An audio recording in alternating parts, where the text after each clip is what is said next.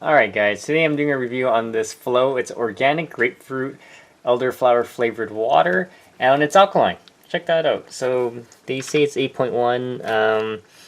So I've never tried this. It was at the store, so it looked pretty cool to try out. So no sugar, no juice, and check this out, natural electrolytes, all that stuff in there. Okay, so let's do a quick taste test.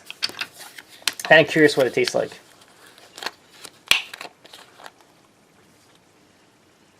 So the aroma is actually pretty cool. You can definitely smell the grapefruit in there.